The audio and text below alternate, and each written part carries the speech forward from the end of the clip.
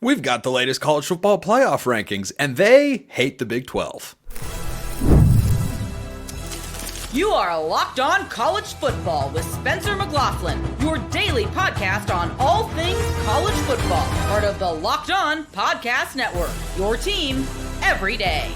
Welcome, everybody, to a reaction episode of Locked On College Football. I'm your host, Spencer McLaughlin. That's Brian Smith, our Locked On recruiting insider here at the network and host of Locked On Seminoles. This is part of the Locked On Podcast Network, your team every day. Thanks for making this your first listen or your first view post rankings release. Oh, I have so many thoughts, and this episode is brought to you by our friends at Game Time. Download the Game Time app, create an account, use code LOCKEDONCollege for $20 off your first purchase. We're just talking rankings. That's what this show is going to be today. So I've got Brian here with me, and Brian, the disrespect paid to the Big 12 here is crazy. This is crazy. They have not just opened the door for Boise State to control its own destiny, to get a first round bye ahead of the Big 12 champion.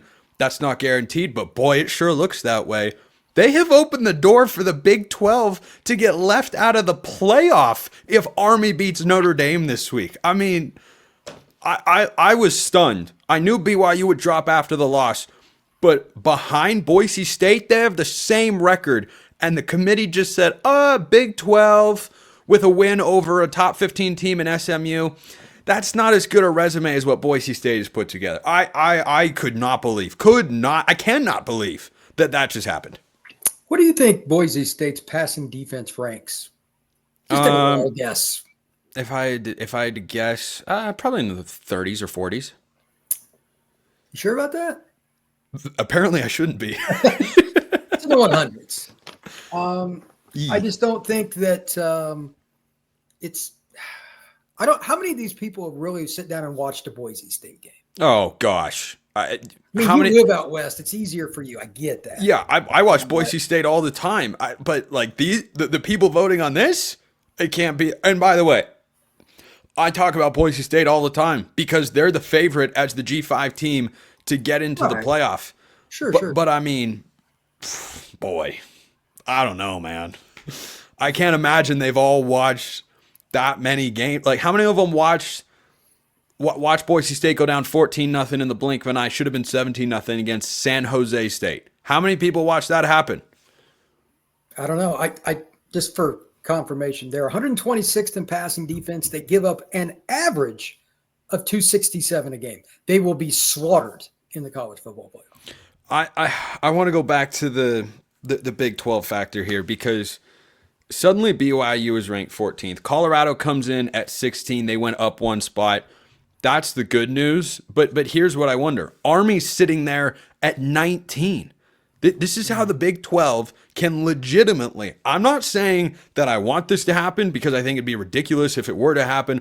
I'm not saying it's guaranteed to happen. But you cannot look at these rankings, Brian, and tell me the Big 12 is guaranteed to get a team into the college football playoff. And again, this changes if Army loses this week at Notre Dame, which they probably will. But every Big 12 fan base that wants to get into the title game, whether that's Arizona State or Colorado or BYU, and therefore wants to get into the college football playoff, you are on your hands and knees praying to God that Notre Dame wins that football game. Because if Army wins, they go from 19 with wait for it, Notre Dame is at number 6 nationally. How far up in the rankings does Army go? I bet you it's substantial. First off, the game is in New York City, and second off, they ain't going to beat Notre Dame, but it would be interesting. Yeah, I don't think so either, but I'm just saying. Well, I mean, crazy things happen. You never know. Notre Dame might have a 4-turnover game. I mean, that kind of stuff does happen. It's crap weather might happen in New York City. That would be shocking. Like that happens every day. So football might be on the ground a lot. Army's a pretty physical team, but I don't think they match up well with the Irish up front, but their quarterback's special players. So give them a puncher's chance. I'll say that. I am really interested to see if Colorado won the Big 12, and that means, for those out there wondering, that means they win the Big 12 title game, and they do so convincingly, like 27-3. How would that do? Like if they're that fringe 12-13 team, how far up would they go? What do you think? Like they obviously. If there, I think it depends on who the win comes against. BYU, Arizona State, by the way, Arizona State right. State comes in at number 21, Right. which to me is absurd. That's absurd. Kansas State was just ranked 16th with the same record as Arizona State. And the Sun Devils went into Manhattan and kicked their rear ends. They were the better football team, Absolutely. start to finish. Why is that not a 1-to-1 replacement when Arizona State is now 8-2? They've got a road loss against a good Texas Tech team. And I can't even remember off the top of my head who their other loss was against, but like they lost at Texas Tech, they lost at Cincinnati. All right, Cincinnati's not the greatest loss in the world. It's not a terrible loss. That's going to be a bowl team at the very least. I think that because their expectations were garbage at the beginning of this season, and because they play on West Coast time, I mean, you fully know what that's like. I know that. It matters. Like most of us that live in Central or Eastern time ain't staying up till 1 a.m. to watch these games. Yeah. It's just true. That's never going to change. So that's a problem. They need to finish their last couple of games strong, beat Arizona like 49-10. They need to smother whoever they play. So, well, they've got BYU this week, and winner most likely goes to the Big 12 championship game. Like the stakes are that high. I think BYU is beat up based on how they played the last couple weeks. I don't think they're anywhere near what they were earlier this year. And they were, let's be honest, BYU was living on borrowed time because they were close. Yes, 100%.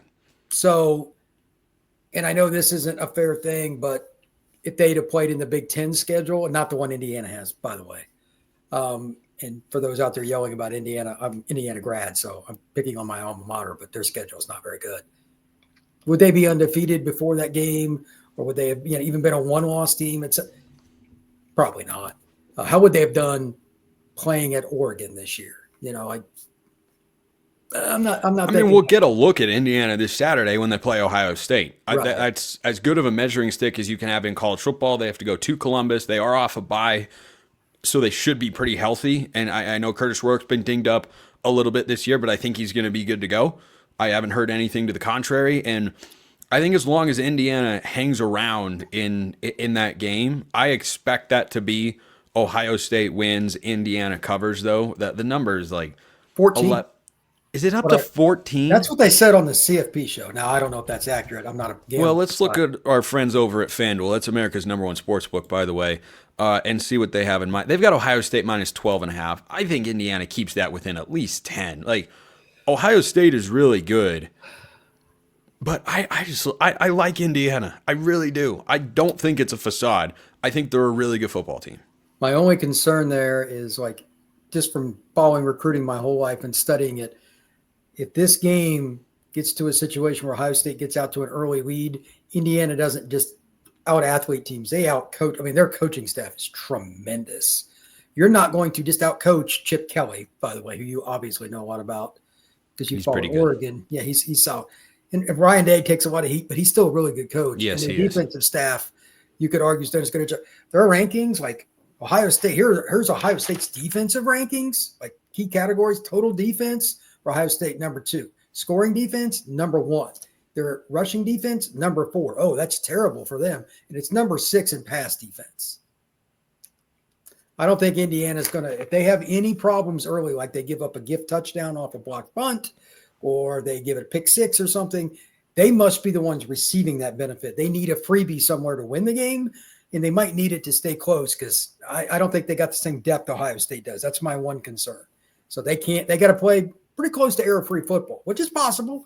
Signetti's staff's done that, but like you, if they stay close, I think they should be in. I know it's a crap schedule. What is it, 106th or something like that? They said. Yeah, but they've won every game except one by 2 possessions. That's where I give them a lot of leeway. Yes, they don't beat you; they put their boot down on your neck. So Indiana's a physical team, and that's the one thing I'm curious about with Ohio State. They've had a lot of problems up front. That was their weakness coming in. And the offensive line has been beat up all year. I have no idea how that's going to work out. I know Indiana has one really good defensive tackle. Forget the young man's name. My apologies, but they're going to struggle a little bit there. If they can't run the ball, then, I mean, I know Will Houtt's pretty good, but I don't think he's He's nothing like Stroud or anything like that. So Indiana might hang around, make that a very interesting ball game. We still have more to get to. Reacting to the college football playoff rankings here. We're going to go towards the top. Should Indiana be above Penn State? What do we make of Oregon at number 1? Ohio State at 2? A lot of interesting questions at the top of these rankings. That's coming up next.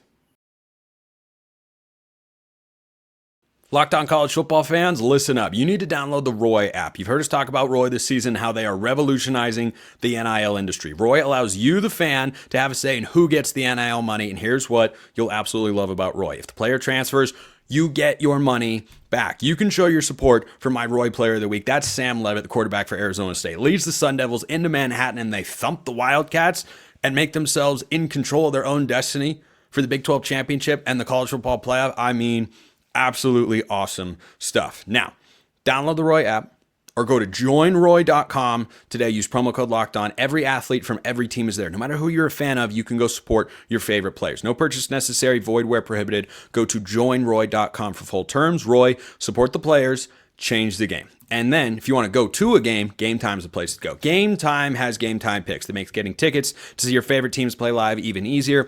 Game Time picks filters out the fluff to show you only incredible deals on great seats, so you don't have to waste time searching through thousands of tickets. Curation makes it easier to save more on sports, concerts, comedy, theater, whatever you're looking for, and they give you a panoramic view from your seat in the app before you buy. Take the guesswork out of buying tickets with Game Time picks. Download the Game Time app, create an account, use code LOCKEDONCollege for $20 off your first purchase. Terms apply. Again, create an account. Redeem code LOCKEDONCOLLEGE. That's Locked On College for $20 off. Download Game Time today. What time is it? You know what time it is. It's game time. Penn State's in the top 5. Indiana's in the top 5. Penn State's got a home loss to Ohio State. Indiana plays Ohio State this weekend. Here's where I look at Indiana and Penn State, Brian, at the top of these rankings. Is Penn State's 4, Indiana's 5. All right, for people who say, it doesn't matter, it'll all work itself out. Eventually, this committee is going to make a subjective decision to put one team ahead of another, and that's going to be the difference between a home playoff game and a road playoff game. So don't tell me that the way these people are thinking doesn't matter. It absolutely does. When you look at the resume of Penn State and compare it to Indiana, is there enough of a gap there with the home loss to Ohio State? I get it's the number 2 team in the country. But is there enough of a gap there to where you think that Penn State, with the loss where Indiana's unbeaten, deserves to be that sole spot ahead of them? Penn State, I'll go further. When was the last time they won a game like that, just in general? They just year after year. So I'm not surprised they're in that boat, but the way their schedule laid out this year, they didn't get it. Michigan's not Michigan this year. The Rose Bowl is probably the answer to the Penn State question. I mean, Penn State beat USC, who has fallen into a crater. I mean, that's okay, but Illinois is a top 25 team again. I think deservedly so. Yeah, that was probably their best win, in my opinion. Yeah, it was, and they won the game 21-7 at home, which is that's fine. Yeah, there's nothing wrong with it. It's not blowing anyone out of the water. It's not a sexy win when their offense struggles against quality competition. Correct. Every single time. That's the problem. And offense sells too. If Indiana wins at Ohio State, they will jump Penn State by a mile, and they might even jump up to like number 3. I don't know, but it's close. Like Indiana, Penn State to me is like a coin toss. That's just my opinion. Yeah, it is. But here's where I come down, Brian. If you put Indiana and Penn State on the same field, neutral site, and you've got to put $100 of your hard-earned money from this wonderful network that we both love being a part of, you've got to put it down on one team to win. Is there any way that you're picking Penn State? No, because Cignetti's quite the coach. That's how I feel too. James Franklin stinks in big moments. And here's the thing. Here's the thing. If Indiana with a better record is one spot behind, where's Indiana going to fall if they lose to Ohio State and Columbus this weekend? Again, the guy that came on, the AD at Michigan, he's the head of that committee or whatever. Ward Emanuel. Yeah, he's a good guy. He basically said eye test means a lot to them. So how Indiana? No, it doesn't. Well, that's what he was saying, though. Did you watch the show? I mean, no, because it's all just it's a facade. No, he went out farce. of his way because they asked him about it.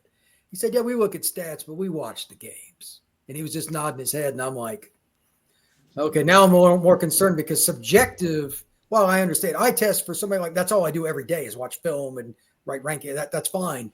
I don't think that's Ward's gig. I mean, he's trying to do policy.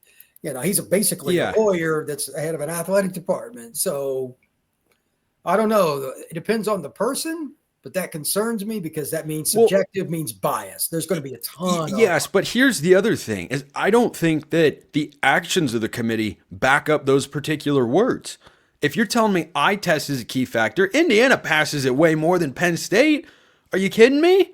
Come on, Indiana, they only beat Michigan at home by 5 points. I get it. Watch Michigan's second half of the year. They beat the crap out of Michigan first half of the year. They've got a semi-competent passing game. It's not great, but it's a lot better than it was. Oh, yeah. Michigan is Texas. Oh, my God. Exactly. Michigan is a much better football team now than they were at the start of the season. And you mentioned Texas. Does Texas pass the eye test every week? No, they pass it some of the weeks, right? They beat Vandy by 3. They scored 20 points last week. They don't have a power run game. They gave up 7 sacks. I know it's Georgia, but 7 at home. At home. That's what I mean. They don't have a great win either. No, 3, 4, and 5. Their schedules just haven't worked out well. Yeah, they've got a couple of solid wins. I'd have a hard time putting Texas outside the top 5, but the team that's currently on the outside looking in is Notre Dame. And Notre Dame is another really interesting team to look at in these rankings because they don't have the conference championship factor, right? So they cannot be one of the top 4 seeds. The best they can do, which their AD is probably fine with because they'll bring in a lot of revenue and plenty of eyeballs, they can get a home playoff game. And the highest seed they can be is number 5. But here's a question. If Notre Dame keeps winning, they've got number 19 Army this week, which is probably overranking the Knights given their strength of schedule, but they're 9-0 and they won most of those games by a lot. They're kind of like a lesser version of Indiana at this point in the year. But if Notre Dame beats the crap out of Army and then they win the rest of their games this year, who would you put as the 5 seed? 11-1 Notre Dame or 12-1 Oregon that beats Washington and loses to Ohio State in the Big Ten championship game? I would put Oregon because they beat Ohio State earlier this year. But would the committee do that? Now, both would I'd be probably shocked if they didn't. Now, I'm not saying it's not possible, but that's a quality win that Notre Dame didn't get. The way their schedule turned out, A&M's pretty good, but SC's nowhere near normal, and Florida State is, oh boy. Oh my gosh. So, I mean, Notre Dame's schedule so at the beginning of the year, it looked pretty, like the high end, it looked really good, but 2 of them have just fallen off the map. Yeah, they're big Texas A&M fans in that Texas game. Notre Dame wants that to... Oh, they want the Aggies to win by 3 touchdowns. Yeah, and the difference between a 5 and a 6 seed, sure, they both get home playoff games. However, Notre team Dame you're going up against... They want the G5 team. Yeah, that's what you'd be looking for. But as we talked about earlier, Brian, the G5 team might be inside the top 4 and getting a bye, and you might get the Big 12 champion instead. And then the question would be, well, then you would get the G5 team the next week. The 5 would play the 4 if you won your first game. The 5 seed. Oh, that's a good point. So the 5 seed really is the spot where, in a lot of ways, 5 is the best spot. Because from what I was told when Notre Dame negotiated this, they were okay with because they know it's going to be Big 12 or ACC right there. Unless it's Clemson here in the last several years that's been consistent. Florida State kind of rose up now. They fell off again. Who are you scared of if you're Notre Dame? If you get the 5 seed, you're playing at number 4. Yeah. Well, that was what I was told. I don't know. Yeah, that makes a lot of sense. That makes a lot of sense. But here's the other thing. Let's say the mild chaos scenario comes to pass and Boise State gets the bye, the Big 12 champion, ASU, for instance, or Colorado does not. Where does that Big 12 champion fall? Would they really give a conference champion a road playoff game? 2 things. Number 1, yes, and I don't think they'd get above a 10 right now unless, again, style points matter. If Colorado goes out and they win the rest of their home games and their road games and they win the title 27-3 over BYU or whoever, then that's different. Yeah. It's going to be really close on these. The style points are going to matter. To that point, and I don't follow Colorado per se, but I watched some of them today, just going back and looking at film. They're good. Shador is so accurate. Yeah. If he's hot that day, And everybody has off days, but if he's hot that day, you could drop 40 on somebody. Yeah. I agree. He reminds me a little bit of peak college Deshaun Watson. He does have, because he's thrown more picks and been a little more risky this year, but he's also like just dissecting. But he makes so many plays on the move. He's mobile, but not a running quarterback.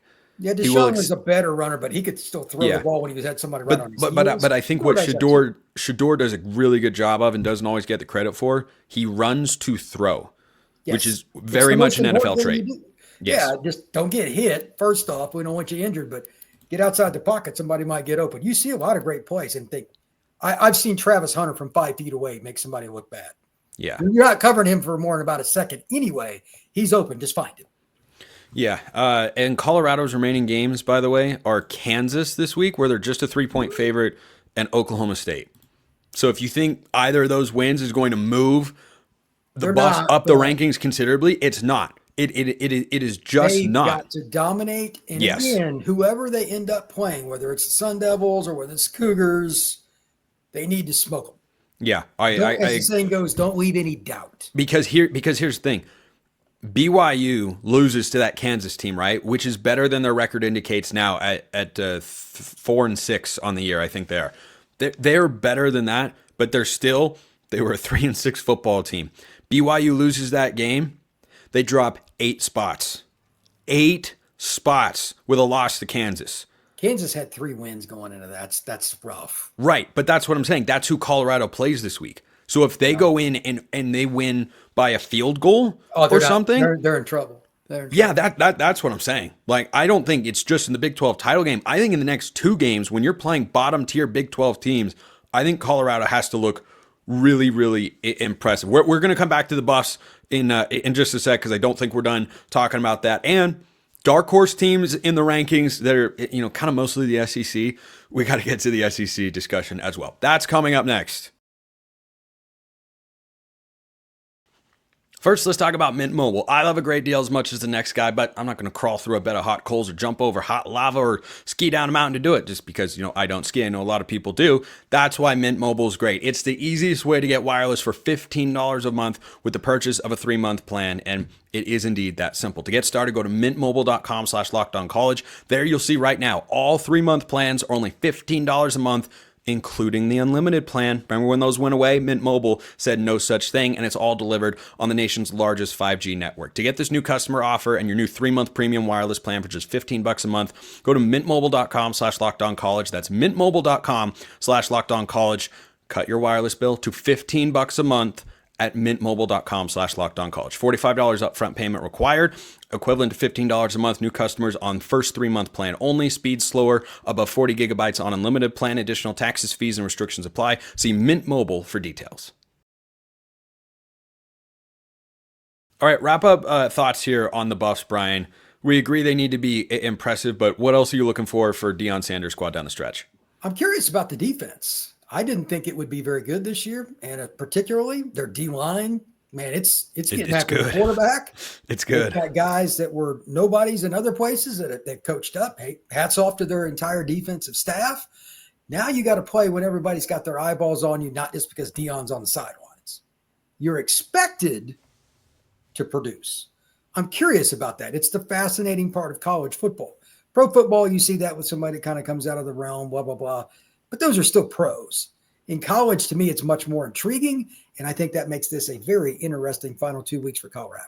Yeah, I think the Big 12 coming into this year was the most interesting conference championship race. The SEC might have overtaken it, but the Big 12 has just been as chaotically wild and fun as we anticipated, if not even more so. Oh, sure. And now the SEC is just throwing so much chaos. It's crazy. So here's the thing. And let's switch gears and let's hit the SEC here, Brian. The best team by record in the SEC at the moment is Texas. Texas has 2 games left. Kentucky at home at Texas A&M. I mean, that is going to be maybe the environment of the year in college football. But Alabama's 8-2. They're probably going to end up 10-2. Ole Miss is 8-2. Their remaining games are at Florida. They could lose this week. And then Mississippi State. I think they'll win both of those games. But Florida certainly a place where they could stumble. I think the way the playoff rankings are shaking out right now, 9-3 SEC, you can kiss the playoff goodbye. But what if every SEC team that's in there winds up at 10-2? What happens then? Would the committee leave one of them out, or would they put in all? You could have, I think, 6 of them.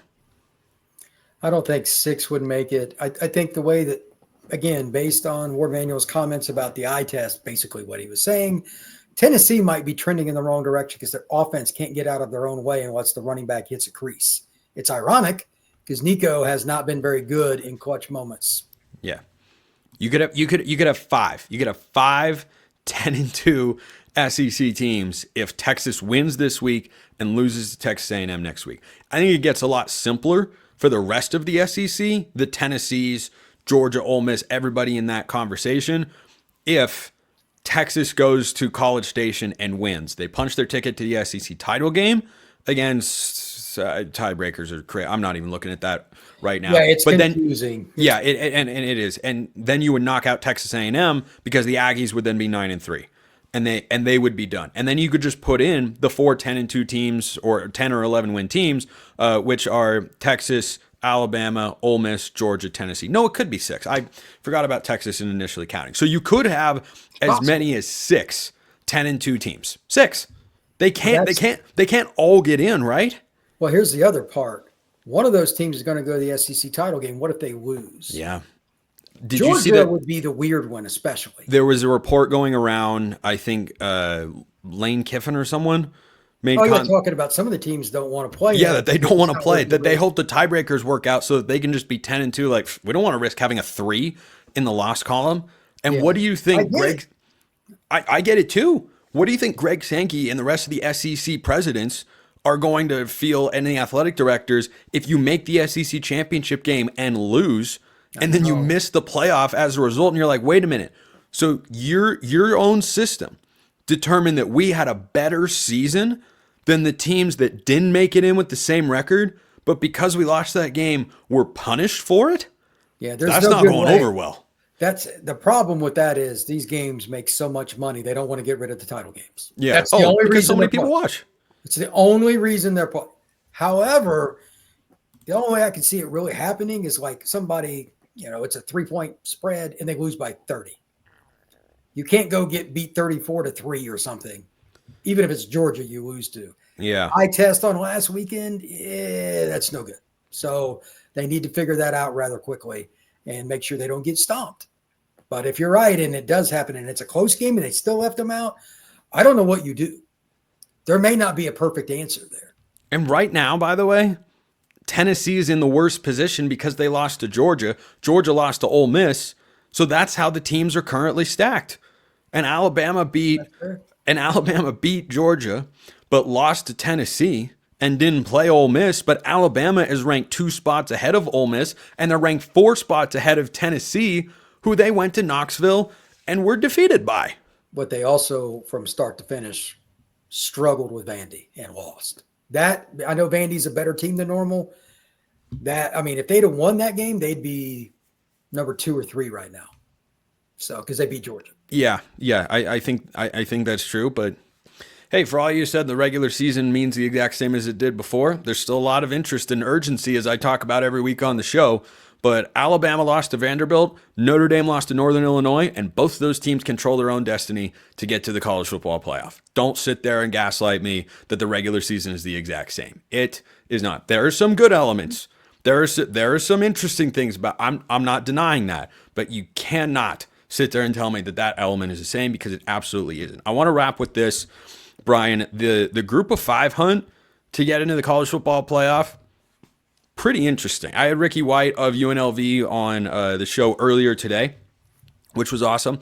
UNLV comes in at number 24. Tulane goes all the way up to number 20 after thumping Navy 35-0. I was shocked. Navy was hard. Yes, I agree. I completely agree. John Sumrall's a really good coach. You want to talk about a guy that is on the fast track to being a Power 4 head football coach? John Sumrall. Think about that name, because he's doing a heck of a job at Tulane. It's been a seamless transition. from Willie Fritz to John Summerall. That's a tough thing to do at a program in Tulane that hasn't really been an identifiable Group of 5 football brand until the last 3 or 4 years when they've really built it up. So he's done a heck of a job. But when I look at the rankings kind of in the 20 to 25 range, I think the Group of 5 schools and Arizona State are the ones to look at. You know, I'm sure maybe mathematically, possibly, I don't know, but Iowa State could still have a path to the Big 12 championship game. Maybe, I don't know. They're sitting there at 8-2, but I don't think there's anyone else really to watch for. Like Clemson could end the season 10-2, miss the ACC title game, and they're not gonna. If they are 10-2 and lose the Big 12 championship game, they're not going to be an at-large team. Missouri's back in the rankings because we should just limit this to the top 20. Apparently, gosh, Missouri's just not. I'm sorry, Missouri's not good. They're not good. No. But they're in the rankings anyway because, you know, why the heck not? yeah, because that's exactly right. But just closing with your thoughts kind of in the teams and on the back end of these rankings and whether or not you feel like there's a quick and fast climber in there. I'm curious to see how Tennessee closes. I'm also very interested in Kentucky and how they play against Texas because that team's had a game where they went to Ole Miss and won. Then they've had a game at home against Auburn, which they got ran on for 300 and some yards. Yeah. They're good. They're not good. They're not good. They're not good. They're good. They're good. Look at that. If they play physical and Texas gets beat up before the weekend they play A&M, that could have a result on that game because Kentucky's capable. Yeah. They wanted Ole Miss. I mean, they just flat out beat Ole Miss straight up. No ifs, which as the season goes on is one of the craziest results. But that is why you play games on the field, not hypothetically with point spreads. Brian Smith, our Locked On Recruiting Insider here at the network and the host of Locked On Seminoles. I'm so sorry that is the show that you've got because it's been a tough year in Tallahassee. Yes. Thanks anyway, Brian. Take care. Appreciate everyone listening. I'll see you next time. And until then, hope you have a wonderful rest of your day.